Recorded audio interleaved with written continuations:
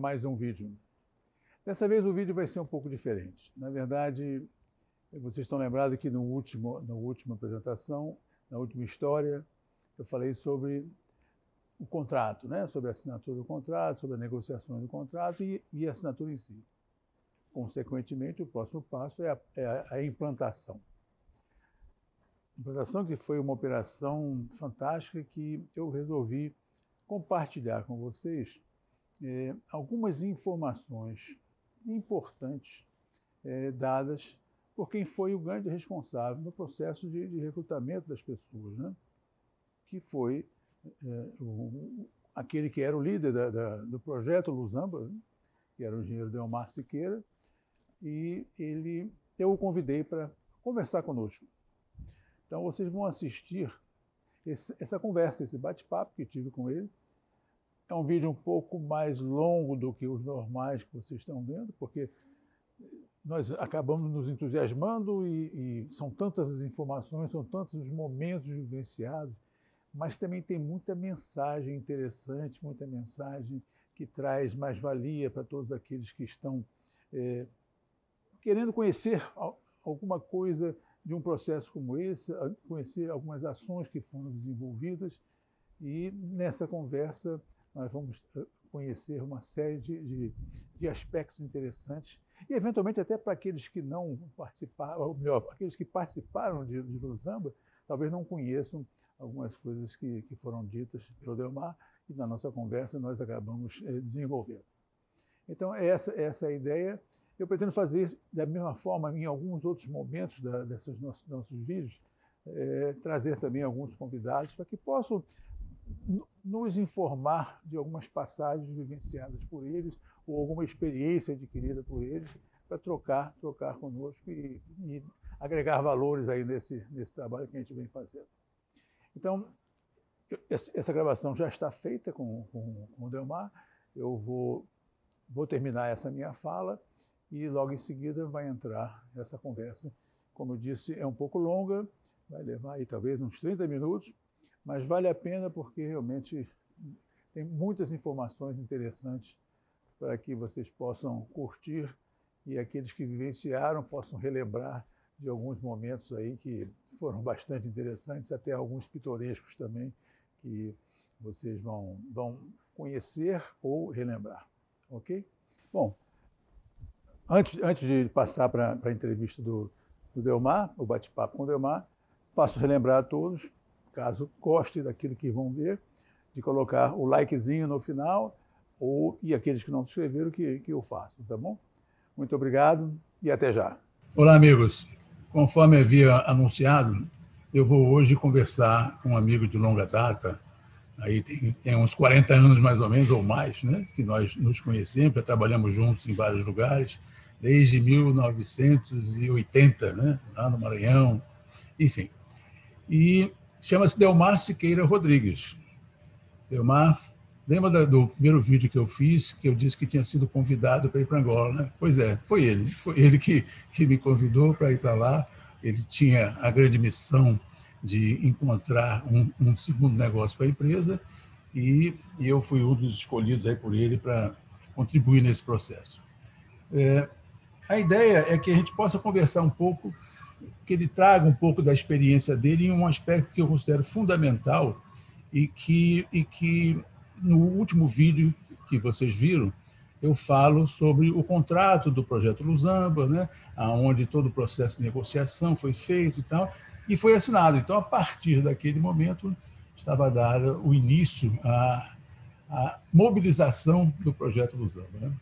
Essa mobilização ia requerer muita competência, porque, como disse, nós não era a nossa praia, né?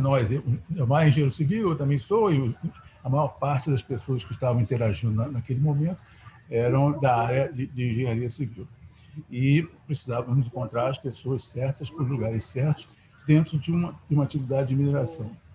E esse encargo, de uma certa forma, ficou com o Delmar, que, além de contratar corretamente, e o fez, ele tinha o grande desafio, que era manter as pessoas lá, um processo de motivação que realmente permitisse que, apesar das adversidades, as pessoas nós estávamos todos em um lugar com bastante diversidade.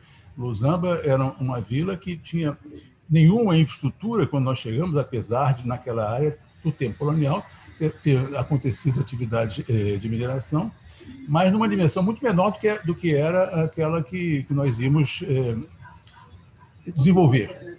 O número de pessoas ia ser muito maior, enfim.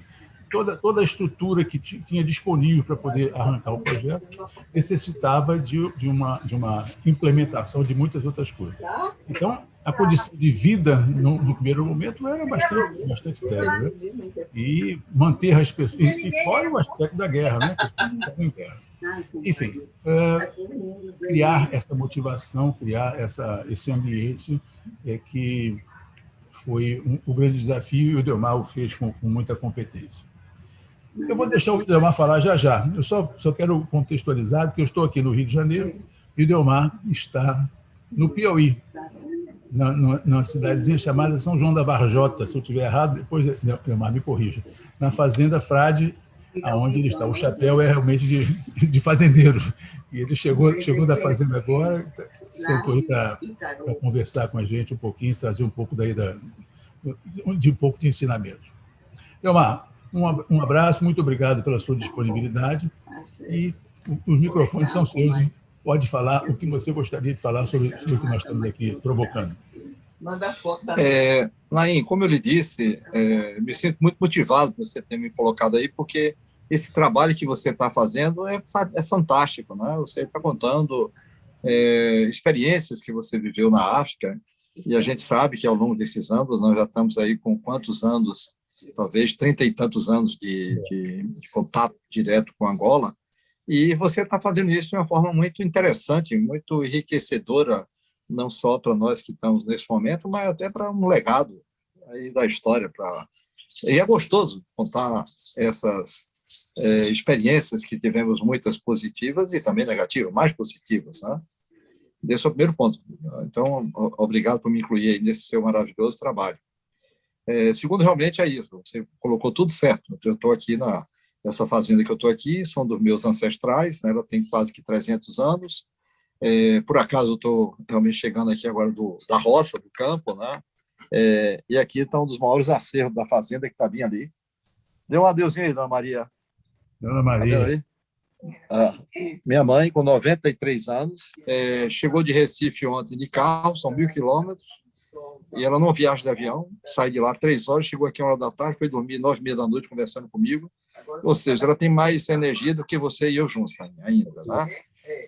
A mente, graças a Deus, uma dádiva de Deus muito boa. Bom, mas então essa fazenda tem quase que 300 anos e tal, foi um dos meus ancestrais, e eu estou aqui hoje. Com saúde, né? Indo aí para o ponto, né? Se você lembrar, uma coisa muito engraçada, foi uma pergunta que você me fez, no sentido de me perguntar assim, a gente podia falar como é que você escolheu as pessoas, né? E eu disse, Naim, eu não escolho as pessoas. Inclusive, se a gente está no foco do projeto Luzamba, nós vamos ver que nós éramos, se não me engano, 18 nacionalidades, não é isso? Aproximadamente, né? Então, eu não teria jamais a capacidade de escolher 18. Agora, talvez aí a forma de conduzir, de liderar, de motivar, tem muito a ver com essa fazenda aqui, aonde eu fui, a minha primeira infância, eu fui criado aqui, aonde meu avô, que era um líder fantástico, tinha aqui dentro aproximadamente 200 pessoas que moravam aqui, viviam aqui, e essas pessoas sempre contribuíram muito, pessoas humildes, são os trabalhadores, os moradores, mas sempre contribuíram muito comigo sobre como é que eu diria, naquilo que é certo, me sentar no chão com eles e conviver com eles, tomar banho de rio e tal. Isso não tem dúvida que contribuiu muito em relação à própria condução da minha vida como um todo, né? O estilo, tá certo, que eu diria assim, liderar, ele está calcado no aspecto de que, aí eu vou agora para Norberto Odebrecht. O doutor Norberto, quando assumiu a empresa com a dívida para procurar contratos e poder pagar, eu tive alguns encarregados que foram que foram daquela época com ele, né? Um deles é Milton Baiano, por exemplo, está dizendo que Milton Baiano, você deve ter conhecido ele na Alcoa, né? Onde ele dizia sempre que sentava no chão, doutor Norberto, e explicava para eles, os encarregados todos, qual era o foco do contrato, onde é que se queria chegar e como é que ia se dar a distribuição de resultados daquele processo, né? Isso realmente provocava uma sinergia muito grande, porque falava-se em distribuição de resultados, né? E quando isso é feito de maneira transparente, para você correr não atrás do dinheiro, mas sim correr através da realização, atrás da realização. Talvez esses aprendizados todos que eu fui colhendo ao longo da vida fez com que nós tivéssemos realmente uma sinergia muito grande. E com isso eu podia transmitir para vocês exatamente quais eram esses objetivos, né? Então, isso era revestido de uma série de outras nuances que calcavam esse desafio, né? O que é que você gostaria mais aí? Não, a questão maior são os próprios desafios. Eu gostaria que você falasse um pouco deles, né? Para que a gente pudesse contextualizar melhor aqueles que não vivenciaram o Zamba, né? Pudessem perceber o tamanho do problema em si, ou da dificuldade, melhor dizendo. Eu lembro que logo no início da implantação do Luzamba, nós chegamos a morar, dormir num quarto com 18 pessoas. Né? Isso aí é um fato maluco, né? Esse é até um fato interessante. Eu me lembro quando eu fui dormir lá em Luzamba, nesse quarto, pela primeira vez, eram 18 pessoas. Né? Só que eu me lembro que eu tinha duas turbinas de avião. Um é o Finado Otávio, de um lado, o outro era Zé Carlos Leal, porque as paredes eram de tijolo, mas elas tremiam. E eu, logicamente, não consegui dormir, né? E acordei de madrugada, 4 horas da manhã, para ir no banheiro. Já tinha 8 na fila.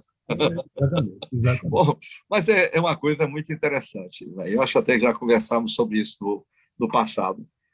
A gente tinha um dos fatores que eu acho que eram pessoas como Júlio Franco, da Odebrecht, que me ajudou a montar, tá certo, toda a parte de incentivo para que as pessoas fossem para Luzamba. Era um incentivo alto, porque era pegar o salário e multiplicar por 4 em dólar. Isso realmente era um fator motivacional muito grande. E você lembra que isso tudo foi, ao longo do tempo, transferido também para angolanos. Então, essa mobilidade, eu acho que sempre, como eu digo, era um fator realmente muito importante de motivação das pessoas. Esse era o primeiro. Que eu hoje coloco assim, com a minha maturidade. O número 2 é que nós, da construção civil, da mineração, nós não resistimos a uma coisa chamada desafio. A gente não resiste. Quando você fala, quando nós fomos para Luzamba, nós fomos, quando começamos a discutir o contrato, na realidade, nós estávamos sendo usados pelo governo de Angola sem saber, usados no bom sentido. Preciso recordar que, naquela época, eles tinham a região do Dundo, mais precisamente onde você trabalhou lá no projeto Chitotolo, que tinha uma atividade de mineração, você lembra ainda, começo de graxa, mas tinha o Cafunfo. O Cafunfo já tinha sido atacado pela UNITA 2 vezes. Então, o governo nos usou da seguinte maneira: eu quero criar uma atividade econômica aqui nesse ponto, e com essa atividade econômica eu promover a proteção. Era como se fosse, vamos dizer assim, no meio de uma guerra, botar uma empresa, né, tem que ser colocado colocar uma empresa para que essa empresa crie atividades econômicas e com isso vem uma defesa natural.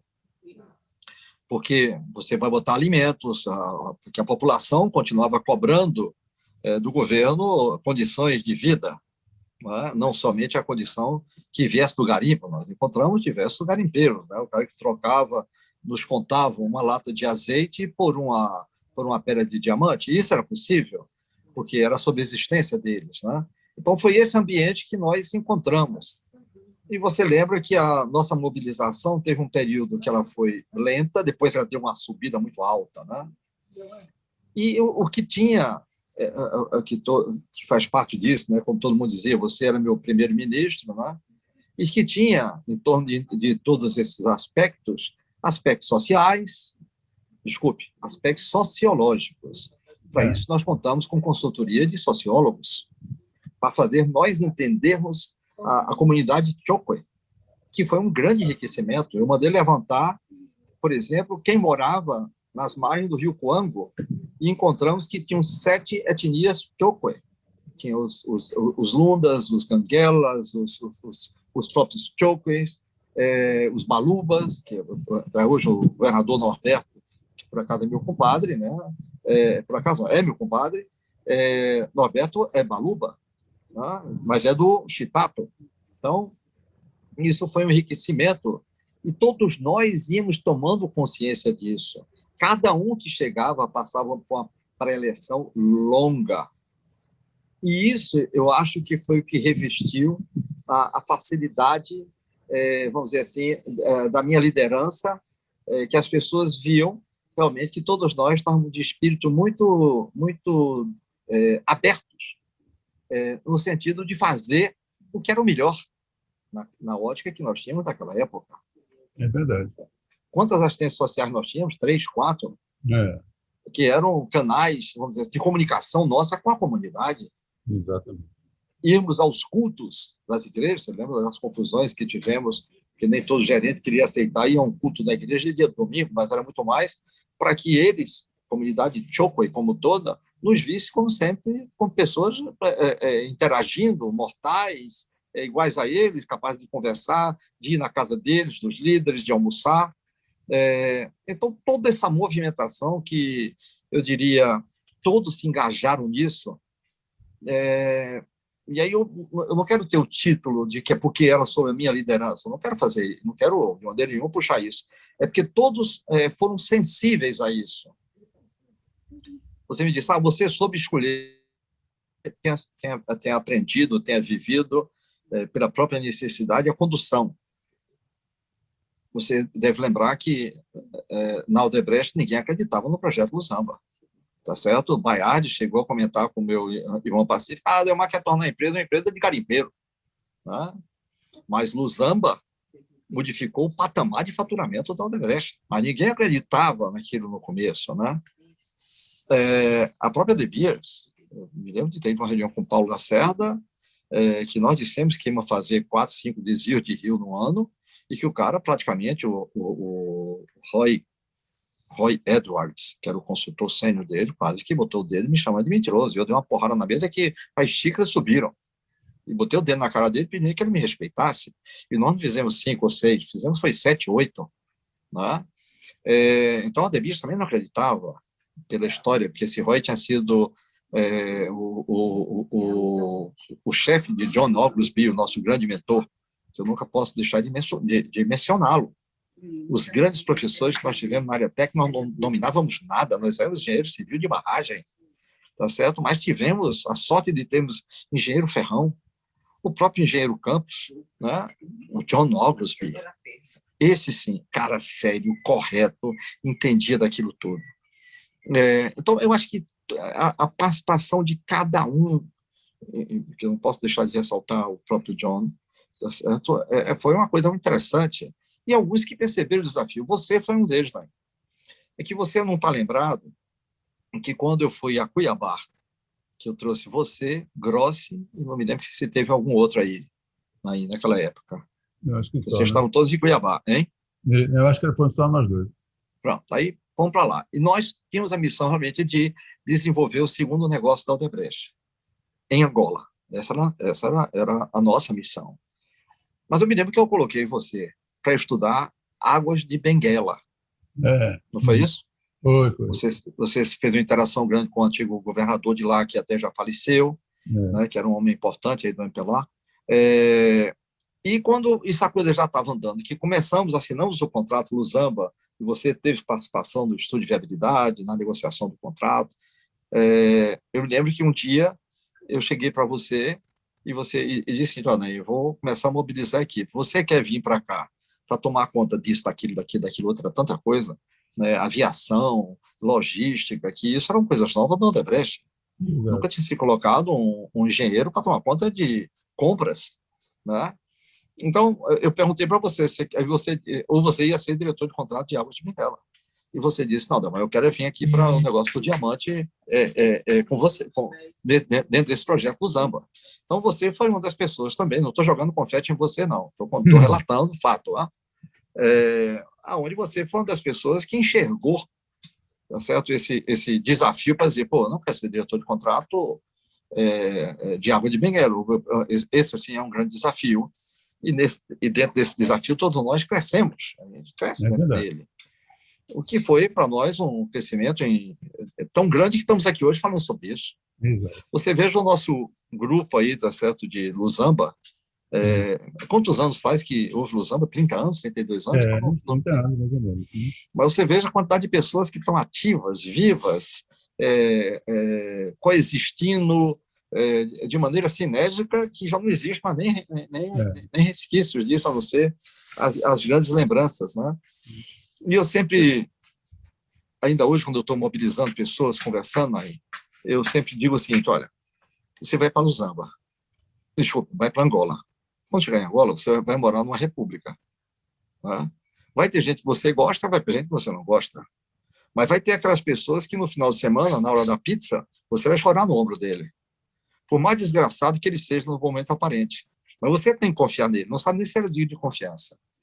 Mas o que é que isso provoca? Isso provoca um amalgamamento de uma amizade consolidada, fixa. É isso que acontece hoje, o fenômeno de comportamento das pessoas que estão em Luzamba até hoje, tá certo? Que convivem. Você veja os grandes sinérgicos, né, que eu dizia que eu brincava, permito a figura de língua, mas que eram meus chaveiros. Para onde eu ia, eu levava pendurado, que era você, Dejean, Newton Tete, quem mais? O próprio Paulo Ramos, né?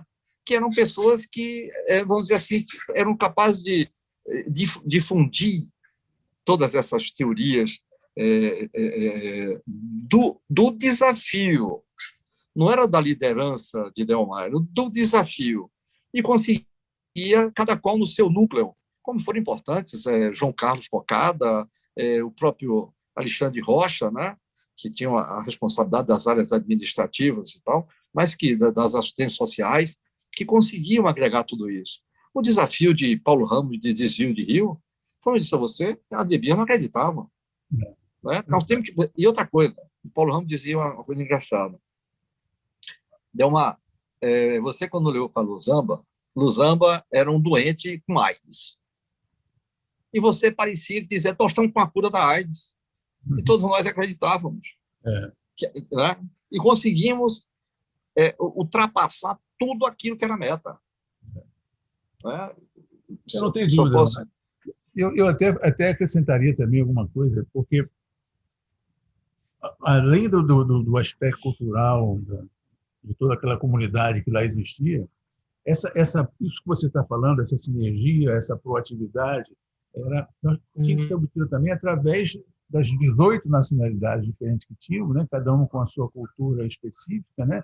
Com a sua formação, com a sua forma de ver as coisas, e tínhamos que transformar aquilo num todo, né? E isso foi conseguido, né? Você citou alguns nomes aí, mas eu citaria alguns outros estrangeiros também, claro, que se adequaram a esse desafio, deram o braço, entraram no barco e, efetivamente, conseguimos chegar lá. Citar nome é uma coisa muito complexa, né? Mas eu não vou esquecer de Omar Postigo, não vou esquecer de Pentenar, tá certo? Não vou esquecer. Johan van der Streek, né? Mas o Johan veio no bojo da equipe do John Oglesby, tá certo? Que todos eles eram profissionais que nos davam aula de profissionalismo. Porque eles eram muito straight on naquilo que eles faziam, era o straight on, né? E realmente eram coisas mais, assim, né? Para entrar naquele contexto, né? A própria relação com a comunidade, tudo isso fazia parte de uma estratégia, mas de uma forma de estar. Foi pena de, se não desconsiderássemos isso, talvez tivéssemos um problema. Né?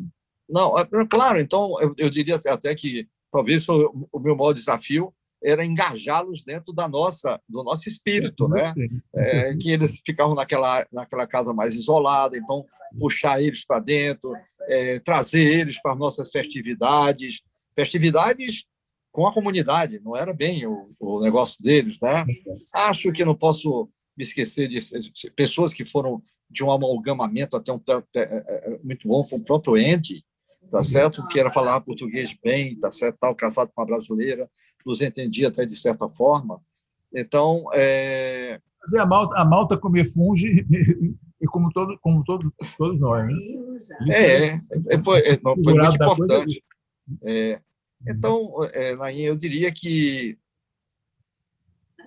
podemos, você também, claro que está você e esses outros que foram líderes, né? Eu apenas, está certo, vamos dizer assim, todo mundo tocava 10 instrumentos, eu apenas, está certo, podia ser colocado como sendo um maestro, mas porque eu não tomava, na realidade eu era um maestro que não tocava instrumento nenhum, como você mesmo disse, eu só sei botar os outros para trabalhar que é bom, não sei fazer porra nenhuma.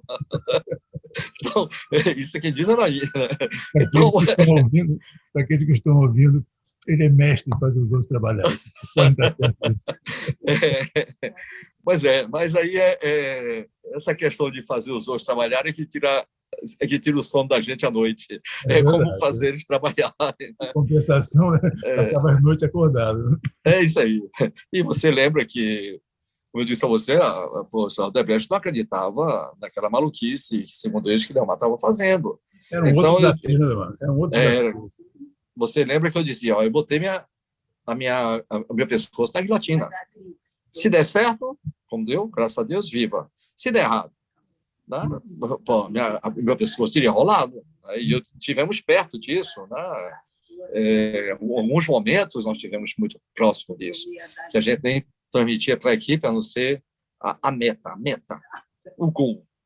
Então, isso eu acho que nós conseguimos fazer muito bem, tá certo? E por isso que está o sucesso, que está em cada um de comprar aquele desafio. Todo mundo foi desafiado. Então, se há alguma coisa que eu possa dizer assim, nós que fomos os primeiros, nós fomos mestres e competentes em desafiar as pessoas de forma sadia, de forma motivacional. E isso talvez eu tenha feito lá em Manso, que foi um outro desafio, né? Pela primeira vez, uma empresa como a Odebrecht liderar uma de junho numa barragem, fora os sócios ocultos, que era Queiroz Galvão, era mais não sei o que e tal. Então, isso tudo era, você sabe, a maneira franca que eu conversava com todos, não apenas do desafio, mas também dos problemas que eu estava vivendo. Né? Aí sim, eu consigo fazer isso com essa facilidade, que é sentar numa mesa e abrir o jogo. Então, as pessoas percebiam que eu não estava, de maneira nenhuma, sendo falso, escondendo qualquer uma coisa. A pessoa percebe isso, 1 dia, 2 dias, 3 dias, pensando, esse cara está realmente aqui abrindo as vísceras dele. Né? E nós vamos abrir com ele porque vai dar certo para todo mundo. Né? Exatamente. Então, isso talvez tenha sido os ensinamentos, a parte intuitiva que nos levou a tantos que somos ao longo dessa minha carreira, que talvez eu tinha sido aí, foram 23 anos dentro da Odebrecht, magníficos, mas aí tem uma coisa engraçada, né? Eu falei da Odebrecht, né? Porque realmente eu brinco muito e que eu era um odebrechiano POI, eu era legítimo. E eu conto isso para os odebrechianos hoje, eles às vezes ficam zangados. Eu sou tão odebrechiano que você não pode discordar do meu líder. Que teve uma vez que o doutor Norberto, na minha frente, discordou de Baiardi, por pouco eu não demiti ele. Doutor Norberto. Então, os odebrechianos também não gostam disso. Mas por um ponto ele disse, olha, Delmar Baiardi, não sei o que, eu disse, vou demiti-lo. Mas me contive. Porque não pode deixar de ter o alinhamento ao líder. Né? Então, quando você extrai isso, eu não tenho nenhum tipo de prurido em exaltar, tá certo, a organização Odebrecht. Lamento tudo que tem acontecido. É óbvio que qualquer um de nós podemos lamentar isso, mas era uma coisa saudável para nós. A parte que não era saudável, vamos chamar assim, tinha que ser execrada realmente. Eu estou contra isso. Eu acho que tem que ser execrada. Nossos filhos, a nova geração, tem que atuar de forma diferente. Concordo plenamente. Mas, ao mesmo tempo, uma coisa interessante, né? você teve a oportunidade de sair do Odebrecht e você sempre, já fora do Odebrecht, me dizia, Delmar, existe vida depois da morte, né? Quer dizer, existe Vida inteligente. alguma coisa, vida inteligente e tal. E quando eu saí do Odebrecht, em alguns momentos eu tentei, em vários, aplicar as teorias odebrechianas. Deu tudo errado. É engraçado isso. Deu tudo errado. O ambiente era outro. Não dava. Não, mas vamos fazer uma adaptação aí, tá certo? Deu errado.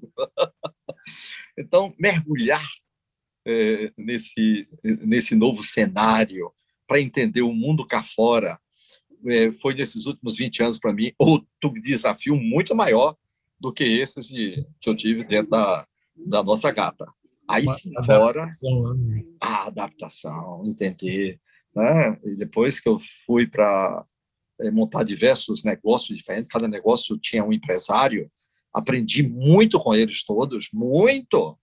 Tá certo? Aprendi alguns com ele, outros realmente não nos alinhamos, mas eu acho que todo o processo, que o dia você me perguntou, dos sucessos que você teve, Delmar, claro, dentro da Odebrecht está certo, é porque eu tinha uma estrutura muito grande e tinha uma filosofia que ela era, estou falando era, não sei como é hoje, mas que ela era muito amalgamadora, juntávamos todos nós. Né? E você e eu podemos dizer isso, porque fora dela, o buraco é mais embaixo, o desafio é outro. A filosofia empresarial estava enraizada, né? Todo mundo vibrava na mesma sintonia. Por isso que eu brinco muito, dizendo que eu era um POI. Essa história, os caras do Odebrecht, quando eu estava lá, eles não gostavam muito, não. Que eu não demiti o doutor Norberto com uma dele pegar a quinta. Passando um DP, né? Passa ali e pega lá, pega o da costa. Mas lamento tudo que aconteceu com ela, óbvio que eu lamento, né? E por que eu estou falando dela aí? Porque a experiência que nós vivemos de Lusamba não foi uma atividade empresarial minha, não foi uma coragem minha, foi uma atividade empresarial, está certo, que a organização Odebrecht, através dos nossos líderes, que foram realmente Emílio e Baiardi, está certo, passaram para nós e confiaram nisso. Né? Então, aqueles malucos ali, um bando de menino doido, nós éramos crianças, né? Então, eu não posso deixar de ressaltar isso com muito, muito sabor, muito orgulho e lamentar, né? Como eu digo várias vezes, o que aconteceu aí com a nossa gata. É isso. Tá bom, amigo. Vou colocar tudo essa nossa conversa no ar para as pessoas que estão nos acompanhando possam perceber, né, todos esses detalhes que você abordou aqui, que são de extrema importância, e às vezes a gente não nota, né, mas que fazem realmente a diferença na obtenção de resultados. Né? Isso foi muito importante, tudo isso que você transmitiu aqui para nós. Né? Eu agradeço mais uma vez a sua disponibilidade aí para bater esse papo. Você agora vai para a fazenda fazer o quê? Contar os boizinhos ou vai fazer agricultura? Não é o caju, né? Eu estou na fazenda, né? Nesse momento, né? Então, na realidade, eu estou vendo aqui que os caras estão aqui me chamando para uma atividade muito interessante aí. É que eu mandei que eles comprassem um burro para puxar uma carroça, porque tem que tirar a sujeira aqui na frente, que é galho de árvore e tal. E a melhor maneira de fazer isso é através, tá certo, de um jumento com a carroça. Só que é uma deles treinarem para ver se vai dar certo, porque o que aconteceu já foi que a primeira vez que eles botaram um jumento aí numa carroça aqui, o jumento saiu correndo com a carroça atrás. Mas tu viu que o jumento olhava para trás e corria mais, até que chegou numa cerca e parou. Aí chegaram alguém lá, chegou e tirou o jumento da cerca. Ele não saiu correndo de novo, virou a carroça, não sei como matou gente. Então, eu mandei que... Faz uma reunião com o jumento. Mas agora vai treinar o danado e vamos verificar e cuidar para não ter acidente. Então, saímos lá dos diamantes, né? E estamos aqui hoje no jumento, né? Isso. Aí, não esquecendo aí para também de relatar que tanto você quanto eu continuamos próximos do mundo dos diamantes em Angola, né? Estou dizendo que não somos mais, você está lá dando suas consultorias, eu montei uma empresa de assessoria, consultoria e operação chamada Penco, né? Mas montamos ela 1 ano e meio atrás, em plena pandemia, em função de que não existem pessoas como nós, ao longo desses anos, quando eu digo nós, não é que a gente é o máximo, não, apenas são pessoas que adquirimos um acervo de conhecimento técnico, né? Seja da parte de geologia, seja da parte de mineração, seja da parte de saber quem avalia, seja da parte de como tratar as pedras. Então, montamos essa empresa, o nome dela é Penco, né? Eu estou há praticamente 9 meses aqui no Brasil, sem conseguir voltar, como você também. Mas hoje eu estou mandando o pessoal, viu, né, fazer a logística aí, para ver se no mais tardar, em primeira semana de setembro, eu consigo Voltar, retornar, via por algum lugar aí. Não sei pois se é. por Dubai. Também estou com essa expectativa. Vamos ver. É isso aí. Mais uma vez, eu que agradeço a você, Naim. Estamos prontos sempre quando você for fazer, porque são muitos detalhes, é uma história muito grande. Muita coisa. Tem muita história para contar ainda. Né? Vamos ver quantas serão. Já estamos já tem nove histórias, com essa aí a 10ª, e vamos ver, né? Ainda estamos no início, né? Nem começamos o Luzamba ainda, de forma que ainda tem muita coisa para falar, muita coisa para... Continue, Naim. Continue com esse seu trabalho, muito interessante. Você está fazendo uma reinvenção, tá certo? E com isso está saindo muito bem. Eu acho que não tem quem não queira ouvir alguns trechos das nossas experiências de vida. Tá? É isso aí. Amigo, mais uma vez, obrigado. Um forte abraço. Dá um beijinho à Dona Maria, que ela é o meu referencial. Né? Tem que chegar lá. Chegar lá, é isso aí. Tá certo. Não quero chegar lá babando pelo canto da boca, não. Né? Exatamente. Tá bom, meu jovem. Muito obrigado. Outro. Obrigado aí. Até a próxima. Tchau.